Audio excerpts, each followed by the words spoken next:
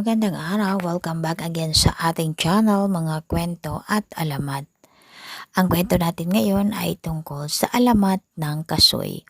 Noong unang panahon ay nasa loob ng kasoy ang abuhing buto nito. Lungkot na lungkot ang buto sapagkat madilim na madilim sa loob ng kasoy. Lalo itong nalungkot nang malamang magdaraos ng isang handaan ang adang kagubatan. Sa gabi ng handaan ay ipinatawag ni Ada ang lahat ng hayop at halaman. Ang buong kagubatan ay nagliliwanag sa tama ng mga ilaw ng parol ng mga alitaptap. Ang huni ng mga kuliglig at kokak ng mga palaka ay sumasaliw sa awit ng mga maya. Masayang kasayaw ng mga kuneho ang mga usa, ng mga elepante ang mga tamaraw, ng sibra at ang tiyonggo. Kapareha naman ni kangkong ang sitaw, ni mangga ang dalanghita, ni saging ang papaya. Lahat ay nagsasayaw, lahat ay kumakanta.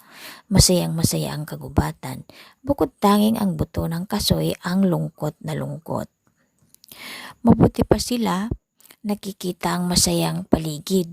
Heto ako nakaririnig ng awit at tawanan pero hindi naman nakikita ang katuwaan. Nauliniga na makapangyarihang Ada ang himutok ng buto. Gusto kong maging maligaya ka, may kahilingan ka ba? Ayoko pong nakakulong sa madilim na lugar na kinalalagyan ko. Niiinggit ako sa ibang hayop at halaman na tuwang-tuwa kapag may handaan sa kagubatan. Nakakasama sila sa pagsasaya. Hindi lang nila naririnig kundi nakikita pa ang katuwaan ng lahat. Maawa kayo, mahal na Ada. Gawa ninyo ng paraang makalabas po ako sa pagkakakulong ko dito sa loob ng prutas na ito. Naantig ang maawaing damdamin ng mahal na Ada. Iwinasiwas nito ang nagniningning na pananglaw. Sa isang iglap ay nakalabas sa madilim na kulungan ang buto. Masayang-masayang napanood ng buto ng kasoy ang sayawan, kantahan at pagkakatuwaan ng mga hayop at halaman. Ang malakas na pagkokak ng mga palaka at paghuni ng mga kuliglig ay sumaliw sa awit ng mga maya. Sa tuwa ng elepante ay kumembot-kembot ito sa pag-indak. Napapasabay din sa pag-ibay ang mahagway na kawayan kasama ang pagong na nagbababa at nagtataas ng bahay-bahayan. Hating gabi na nang iwas-iwas na muli ng butihing Ada ang kanyang makinang na pananglaw. Pudyat iyon ng pamamahinga. Pinatay na ng mga alitaptap ang parol nila. Nalungkot ang buto nang dumilim na ang paligid. Nahalinhina ng takot at lungkot nang kumulog at kumidlat. Napansin ng buto na nagsipagtago ang mga hayop sa mga kuweba.